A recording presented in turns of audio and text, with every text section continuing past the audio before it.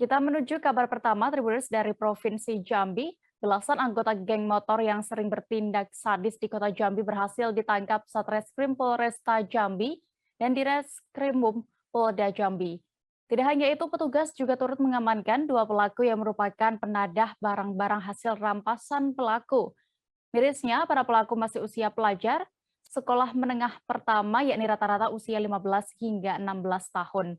Informasi lengkapnya akan disampaikan rekan Aryo Tondang, jurnalis dari Tribun Jambi yang kini sudah bergabung bersama kami di sana. Halo rekan Aryo. Halo Dea, selamat sore. Selamat sore. Aryo, bisa Anda informasikan dari informasi yang sudah Anda dapatkan ini apa sebenarnya motif para pelaku geng motor ini? Oke, terima kasih Dea.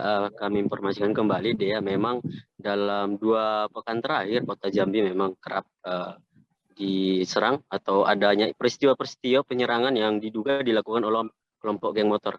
Berdasarkan hal tersebut Dea, tim gabungan dari Polresta Jambi dan Reskrimum Polda Jambi akhirnya melakukan patroli besar hingga akhirnya berhasil mengamankan sebanyak 14 orang yang tergabung dalam anggota geng motor.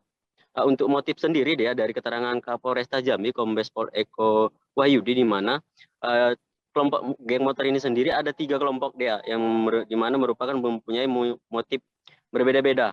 Dua kelompok maksudnya dia mempunyai motif yaitu hanya untuk sebuah eksistensi atau membutuhkan pengakuan dari masyarakat, sehingga ini lebih dikategorikan ke arah kenakalan remaja. Mereka menyerang masyarakat hanya untuk mendapat pengakuan seperti itu. Kemudian satu kelompok lainnya dia, yaitu yang disebut kelompok Bougainville, ini lebih mengarah pada tindakan kriminal dia, di mana para pelaku ini menyerang korban dan merampas barang-barang milik korban untuk kemudian dijual dan hasilnya dipakai untuk kebutuhan sehari-hari dan bersenang-senang, begitu Dea. Lalu bagaimana dengan keterangan polisi terkait proses hukum kepada pelaku yang masih di bawah umur? Baik, ini perlu juga kami sampaikan dia, di mana keterangan dari Kapolres, di mana para pelaku ini sebenarnya sudah berulang kali, bahkan ada beberapa pelaku yang sudah 3 kali diamankan, namun kembali membuat hal serupa. Mereka sudah dilakukan pembinaan, bahkan dibuat pernyataan di Mapolres yang didampingi oleh pihak keluarga orang tua, namun mereka justru kembali beraksi dengan tindakan yang lebih sadis begitu. Sehingga memang pihak kepolisian secara resmi mengeluarkan surat perintah penahanan dan proses hukum untuk ke-14 pelaku ini tetap berjalan begitu, meski hanya pelakunya rata-rata di bawah umur begitu, Dea. Lalu apakah masih ada kemungkinan pelaku lain? Untuk sementara hasil press release dari Kapolres kemarin, dia bersama dengan Direskrimum Polda Jambi, Kombes Pol Kaswandi Irwan, mereka mengungkapkan ada sekira 7 orang yang masuk dalam daftar pencarian orang, ya ini termasuk di kelompok Bougainville, yang mereka adalah beraksi untuk merampas barang milik korban atau lebih tepat dikatakan sebagai begal. Ini masih ada 7 orang yang dalam proses pencarian dan pengejaran oleh pihak kepolisian, begitu Dea.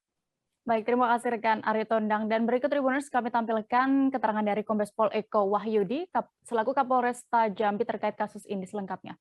Khususnya pelaku kejahatan kekerasan ini yang dilakukan oleh anak-anak di bawah umur berkat bantuan dan kerjasama baik dari Direktorat Kriminal Umum maupun Direktorat Samapta Polda Jambi.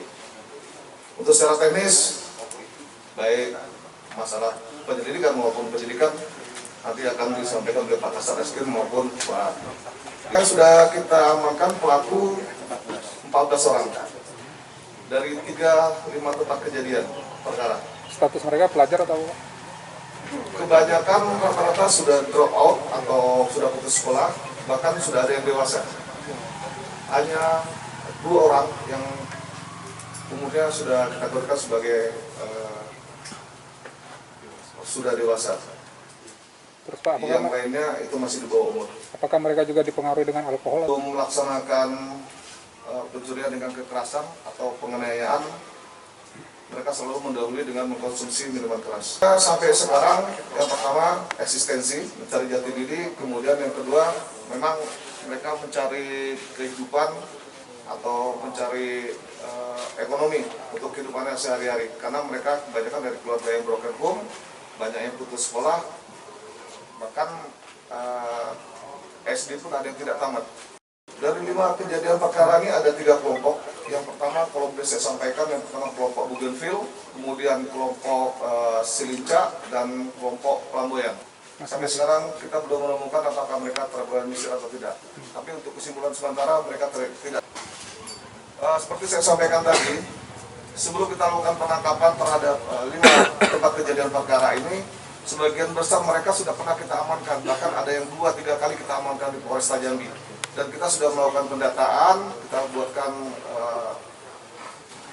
datanya yang ada di Polresta. Setelah kita lakukan penyelidikan yang di-backup oleh Ditkrimum, ternyata pelaku dari pencurian dengan kekerasan dan penganiayaan ini itu dilakukan oleh rata-rata mereka yang pernah kita amankan. Terima kasih sudah nonton.